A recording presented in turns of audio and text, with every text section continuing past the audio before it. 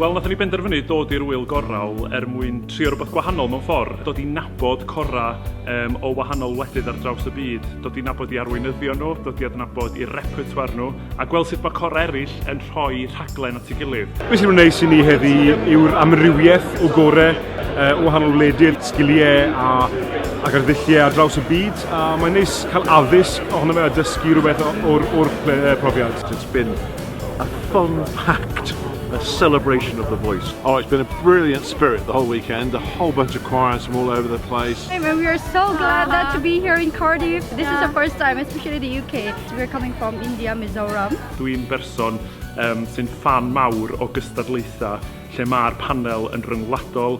Maen nhw'n dod â gymaint o brofiad efo nhw. I've really enjoyed the sense of community and hearing so many wonderful sounds and languages from around the world. Mae'r gwaith trefnu wedi bod yn anhygoel. Pawb yn barod i helpu a mae ddim wedi teimlo fel cystadleuaeth o gwbl, mae'n rhyw fath o gyngerdd mawreddog. So not only have we had fantastic singing, fantastic music, but we've had fellowship and camaraderie. What I love about the festival is there is a kind of spirit of togetherness.